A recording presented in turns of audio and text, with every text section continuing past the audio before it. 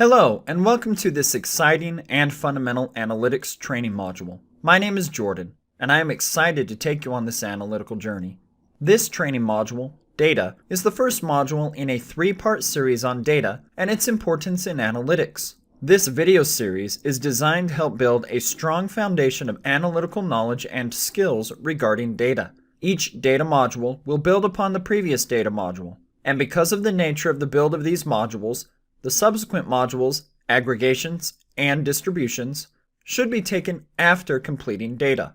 Please take the time to fully utilize all these modules to enhance your data skill set. The three different data modules are the following. Data. This module will look at different types of data you can encounter in analysis. These include continuous or categorical. We will also look at 4 different attributes of data: nominal, ordinal, interval, and ratio. We will also take a look at a fun and unique aspect of data: time. Aggregations. Aggregations is a build on the first module within the data set of modules. Aggregations takes data and, using different functions, builds it up for use in analysis and visualizations.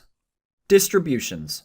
Finally, distributions will take a look at how aggregations and data can be shaped, what those shapes mean, and how it pertains to analytics.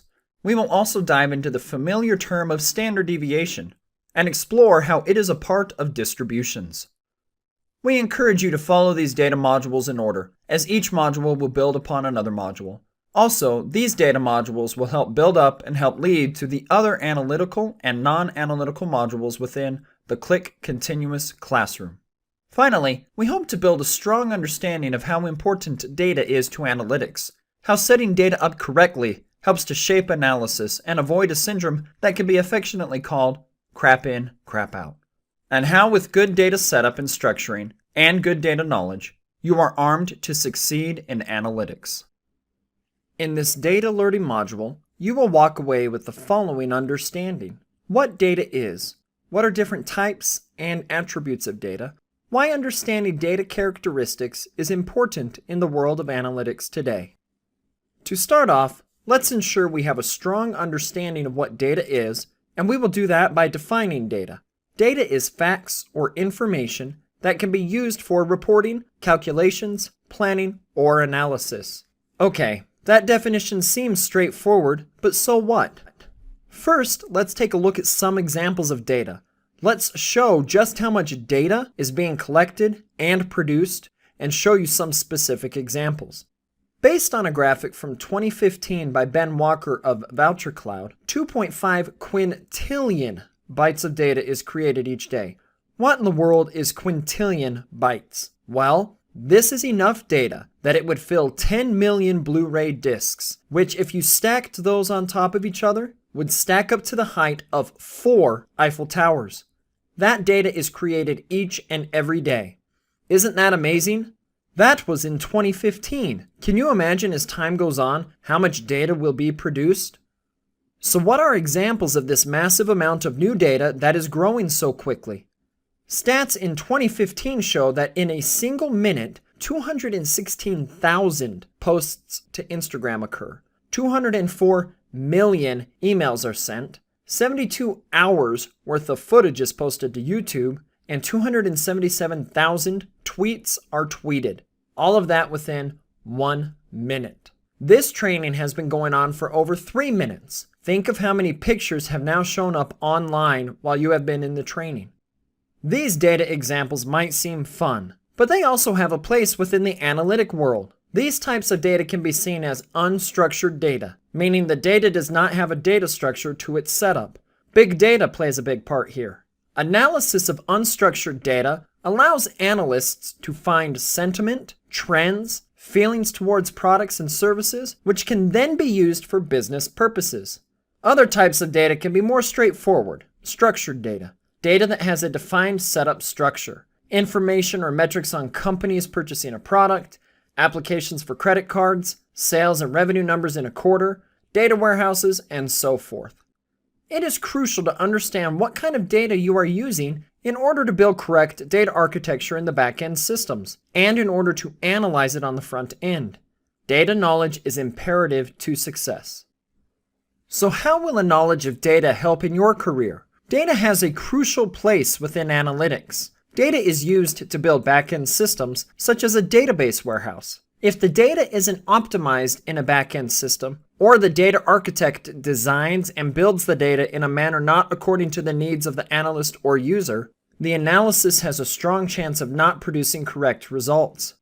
In regards to data on the front end, if the analyst or user doesn't have a good understanding of data types and how they should be used, an incorrect data visualization could be built or utilized, giving incorrect information to different parties in an organization and leading to incorrect decision-making. Along with choosing an incorrect visualization without a good knowledge of data types, the analyst or user might interpret the data incorrectly, and again give incorrect information to those parties who are wanting information. These are two very simplified examples, but wholly accurate. Understanding the different facets of data is crucial for analytics and statistics. So let's jump in to expand our knowledge of different data types. We gave a definition of data in the previous section, so let's pull that back in and expand it here. Data is facts or information that can be used for reporting, calculations, planning, or analysis.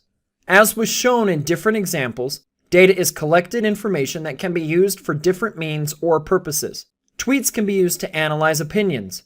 Revenue and company statistics can be used to forecast. Customer and demographic information can be used for targeted marketing.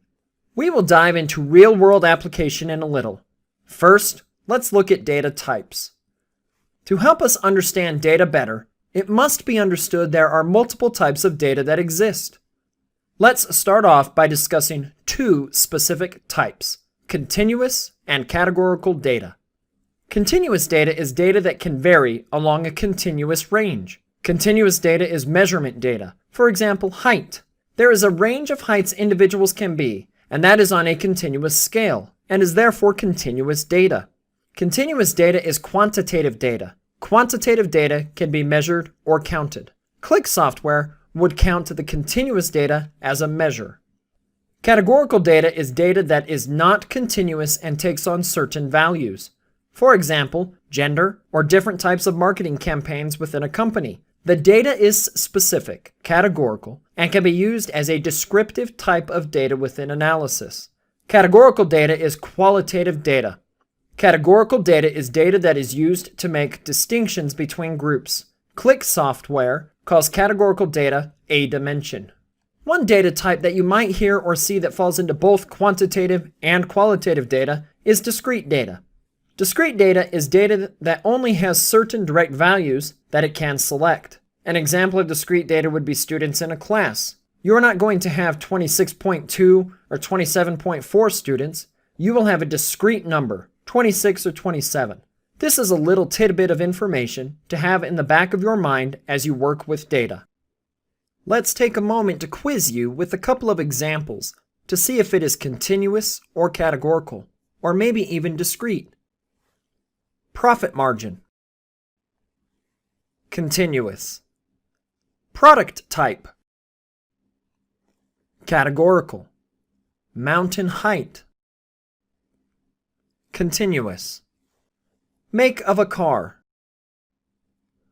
Categorical. Number of whole apples in a barrel. Discrete. Most of the data sets you will encounter in your jobs will have both continuous and categorical data. This makes sense, I hope. Let's use an example data set to see how they are contained in the same table. Looking at this table, is it easy to determine which column is which data type? Which of these would be categorical or qualitative data? Name and product. Revenue, expenses, and profit are continuous or quantitative data. Finally, number or count of products would be discrete. One of the key questions you might be asking is how and why is this relevant to me? Why does it matter if I know the difference between continuous versus categorical data? First, let me say it makes a huge difference. The ability to read and grasp data for what it truly is, and then use that knowledge to bring value-added insights to your team and boss can be invaluable. Let's step in to see why. Imagine you are sitting in a conference room. Listening to your boss go over last month's numbers detailing profitability by product and region. The past few months have seen steady increases in revenue and profitability for your company. As your boss covers this information, he or she determines that something just doesn't look right in the given month. There has been a sharp decline.